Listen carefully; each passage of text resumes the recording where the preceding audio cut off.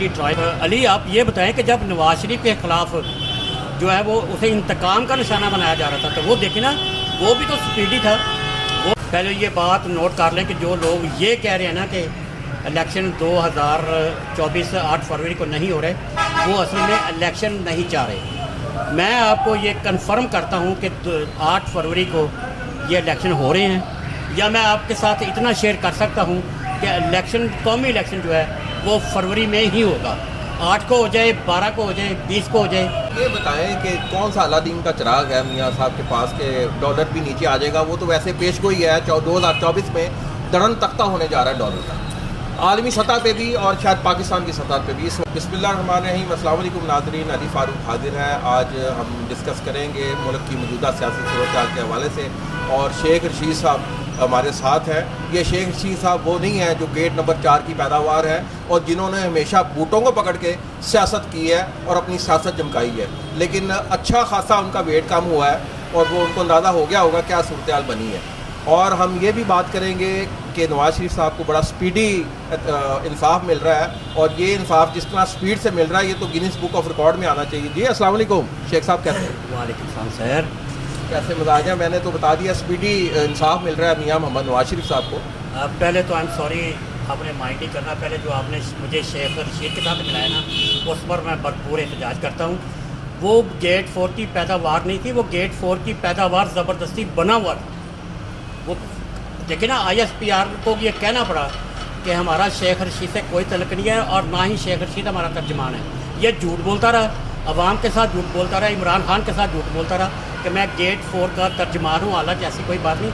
अगर ये गेट 4 का तर्जमान होता तो आज जिस नतीजे पर या जिस हैसियत में वो पहुँच चुका है वो कभी ना पहुँचता। आपको इस बात का इल्म होना चाहिए कि उसको थप्पड़ मारे गए, उसको मतलब बाकायदा वो जो झूठ बोलता रहा, उस झूठ की वो सज़ा मिली, जिसके बाद अब कुछ उसमें बेहतरी आई है। ये भी मैं आपको बता दूँ, ये वही शेख रशीद है जो कह रहा था कि नून में से शीन निकल गई, जो कह रहा था कि जी फॉरवर्ड ब्लॉक बन गया, 80 लोग छोड़ के चले गए।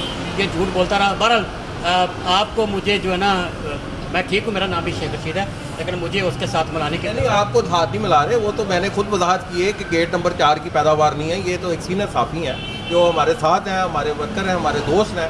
शेख रशीद साहब, इनका तजिया बड़ा एक्यूरेट होता है, पेश गोइयाँ नहीं करते शेख रशीद की तरह की जो सारी की सारी दरिया बॉस समुंदर बॉस होती हैं। वो आपने जैसे अभी बात की, सवाल किया नवाज शरीफ के स्पीडी ट्रायल का, तो अली आप ये बताएं कि जब नवाज शरीफ के ख़िलाफ़ जो है वो उसे इंतकाम का निशाना बनाया जा रहा था, तो वो देखिए ना, वो भी तो स्पीडी था।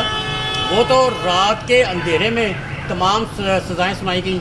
और जो इस वक्त एक चीफ जस्टिस हैं सुप्रीम कोर्ट के, इजाज़ुल हसन, वो मॉनिटर जज थे और एक एक मिनट की कार्रवाई वो देख रहे थे, एक एक मिनट की, और पूछ रहे थे कि नवाज शरीफ के ख़िलाफ़ सज़ा क्यों नहीं दी गई, नवाज शरीफ को ये क्यों नहीं कहा गया, नवाज शरीफ को वो क्यों नहीं कहा गया। ये बाकायदा बाज़ाब्ता तौर जस्टिस इजाज़ुल हसन कर रहे थे। और जस्टिस इजाज़ुल हसन ये रिपोर्ट जो है वो जो जनरल फैज़ हमीद और कमर जवेद बाजवा को मुसलसल और रोज़ाना की बुनियाद पर दे रहे थे। लेकिन आज जो बात स्पीडी ट्रायल की आप कह रहे हैं, मैं उससे इत्तफाक नहीं करता, क्योंकि ये जितने भी केसेस थे ये इंतकामी कार्रवाई के तौर पर और सियासी तौर पर बनाए गए थे।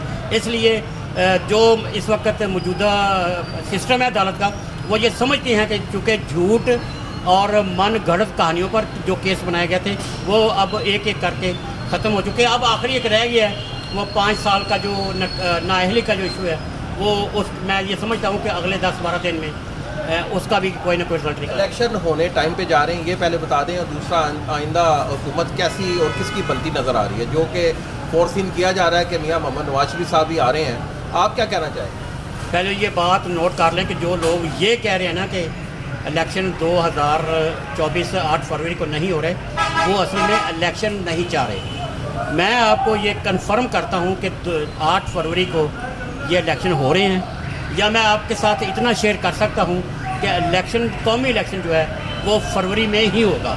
8 को हो जाए, 12 को हो जाए, 20 को हो जाए। जैसे आसफ़ अली ज़रदारी ने कहा है, इलेक्शन फरवरी में होगा और 100% होगा। उसकी वजह ये है कि मार्च में जो है वो सेनेट के इलेक्शन है। मार्च में आपने सेनेट के जो नुमाइंदगान हैं, जो मेंबरान है, उसका चुनाव करना है। अगर आपके पास कौमी असम्बली नहीं होगी तो आप सेनेट में चुनाव कैसे करेंगे? इसलिए ज़रूरत इस बात की है कि फरवरी में इलेक्शन जो है कौमी इलेक्शन में हो जाए। अगला सवाल जो आपने किया है कि नवाज शरीफ के हवाले से, तो ये भी आप नोट करें, नवाज शरीफ पाकिस्तान के चौथी बार मुंतखब होने वाले वज़ीर आज़म होंगे। और पहली दूसरा, नवाज शरीफ के हलफ उठाने के बाद ये भी नोट करें अली, ये बातें आपने नोट करनी और आपके नाजरीन भी याद रखें कि हलफ उठाने के बाद कि ठीक हलफ उठाने के ठीक 15 दिन बाद एक कतर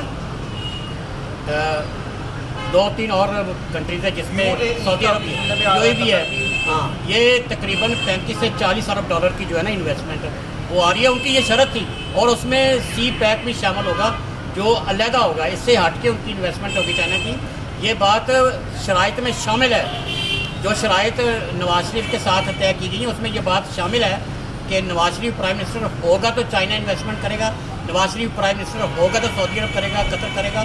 और अगर के इवन के तुर्की ने भी ये शर्त आयद कर रखी है कि अगला वज़ीर आज़म नवाज शरीफ होगा तो हम पाकिस्तान के साथ जो है वो ट्रेड भी करेंगे। ये बताएं कि कौन सा अलादीन का चिराग है मियाँ साहब के पास के डॉलर भी नीचे आ जाएगा? वो तो वैसे पेश गोई है 2024 में दरन तख्ता होने जा रहा है डॉलर का, आलमी सतह पे भी और शायद पाकिस्तान की सतह पे भी। इस वाले से क्या कहें? देखिए, मैं आज आपके चैनल के थ्रू ये बात करूँगा कि अब तक जो चैनल आज जो डॉलर है वो तकरीबन 282 रुपये तक आ चुका है ओपन मार्केट में, और जो इंटर बैंक रेट है वो भी तकरीबन राउंड अबाउट या कुछ 50 या 100 रुपये का फ़र्क होगा इंटर बैंक और ओपन मार्केट में। तो आप देखें कि स्मगलिंग जो है वो काफ़ी हद तक, मैं ये नहीं कह रहा ख़त्म हो गई है, काफ़ी हद तक रुकी हुई है, जिसमें आपको खाद की रिकवरी हो रही है, जिसमें चीनी की रिकवरी हो रही है, आटे की रिकवरी हो रही है, वीट की रिकवरी हो रही है। इसमें काफ़ी हद तक जो है, सबसे बड़ी बात यह है, आपके इल्म में ये बात है कि गौहर इजाज़ ने कहा था कि मैंने जो है वो अफ़गान ट्रांजिट जो ट्रेड है जिसमें अरबों डॉलर की स्मगलिंग हो रही थी उसको हमने रुकवा दिया है, जिसकी वजह से आज डॉलर जो है वो 82 या 82.5 या 83 रुपये का फ़रोख्त हो रहा है। अब ये 2024 में मखलूत हुकूमत बनती जा रही है या ये क्या मियाँ साहब 2/3 अक्सरियत ले लेंगे, क्या करेंगे? 2/3 अक्सरियत तो नहीं मिलेगी, वाज़ेह अक्सरियत ज़रूर मिलेगी। उसमें आगे आपने जो बात किया मखलूत हुकूमत की, तो मियाँ नवाज शरीफ अकेले हुकूमत नहीं बनाएंगे, उसमें आसफ़ अली ज़रदारी भी शामिल होंगे, उसमें मौलाना फजलुर रहमान भी शामिल होंगे, उसमें ANP शामिल होगी, उसमें M2M भी शामिल होगी और दीगर सियासी जमातें। और इस बात का भी इम्कान है, और मैं आपको ये खबर दे रहा हूँ कि उसमें PTI के जो जीतने वाले MN MP होंगे वो भी शामिल होंगे। तो इसका मतलब इलेक्शन 2024 में हो रहा है और इसकी गारंटी आपके पास है कि 5 साल मियाँ साहब पूरे करें? सर, ये पाकिस्तान की रियासत पाकिस्तान के पास ये आखिरी मौका है।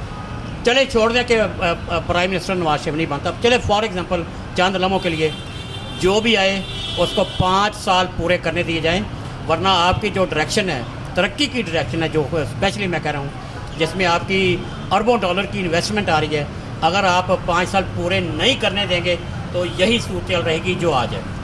कॉमर्स को आप देखते हैं, आप सीनियर जर्नलिस्ट भी हैं, जो कॉस्ट ऑफ डूइंग बिजनेस इतना बढ़ चुका है, इतने हाई रेट्स पे, यानी इन्वेस्टमेंट कौन करेगा पाकिस्तान में जहाँ बिजली का टैरिफ आसमान से बातें कर रहा है और आपकी IPPs पर अरबों जो गर्दिशी करते हैं वो भी अरबों खरबों डॉलर के रुपए के बन चुके हैं, जबकि गैस के भी टैरिफ जो गर्दिशी करते हैं वो भी 3,000 अरब तक पहुँच चुके हैं। ये तो बिल्कुल डावाडोल सूरत हाल है। ये आपने ठीक कहा कि पैदावारी लागत जो है ना वो इतनी बढ़ चुकी है कि आप आलमी सतह पर इंटरनेशनली आप कम्पीट नहीं कर सकते, जिसकी वजह से आपकी जो एक्सपोर्ट है ना वो 31, 32 या 33 अरब डॉलर पर अड़ी हुई है, इससे आगे जा ही नहीं रही। ना जाने की वजह ये है कि आपकी गैस की कीमत बहुत ज़्यादा है, बिजली की कीमत, पानी और दीगर जो आपके क्या इसके जो अज्जा हैं इसमें इस एलिमेंट्स में जो शामिल है नासर हैं, उनकी कीमतों में इतना इजाफा हो चुका है कि आप एक्सपोर्ट आपके मुकाबले में जब बांग्लादेश सस्ता दे रहा है तो फिर आपसे यूरोप या कोई दूसरा मुल्क क्यों परचेज़ करेगा? बांग्लादेश में जो है वो गैस और कीमतें जो हैं बड़ी मुनासिब हैं, इंडिया में भी यही है, दीगर ममालिक में भी। अगर हमने एक्सपोर्ट को बढ़ाना है, और अली एक बात ज़हन में रखें और ये बात नोट भी करें, अगर आपने पाकिस्तान को मुआशी इस्तेहकाम देना है, पाकिस्तान को मुआशी तौर पर एक ट्रैक पर लेके जाना है, तो फिर आपको जो पैदावारी लागत है कम करनी होगी, पैदावारी लागत कम होगी तो आप इंटरनेशनली आलमी सतह पर मुकाबला करने की पोजीशन में होंगे। अदरवाइज़ आपका जो आपकी सूरत हाल वो ऐसी की ऐसी ही रहेगी। बहुत शुक्रिया गुफ्तगू सुनी शेख रशीद की, जो हमारे साथी जर्नलिस्ट हैं, और उन्होंने कहा है कि मियां मोहम्मद नवाज शरीफ साहब की गवर्नमेंट बनने जा रही 2024 में, और उनकी गवर्नमेंट बनते ही अरबों डॉलर की इन्वेस्टमेंट पाकिस्तान में होने जा रही है। जो गैर मुल्की जो हुक्मरान हैं उन्होंने सिर्फ ये शर्त लगाई कि मियां मोहम्मद नवाज शरीफ साहब इक़्तिदार में बतौर प्राइम मिनिस्टर आएंगे तो वो अरबों डॉलर की ये सरमायाकारी करेंगे। हम उम्मीद करते हैं कि 2024-2023 की निस्बत बेहतर होगा और पाकिस्तान की माशी सूरत हाल भी बेहतर होगी। अली फारूक को इजाज़त दीजिएगा, इंशाल्लाह दोबारा हाजिर होंगे। अल्लाह ने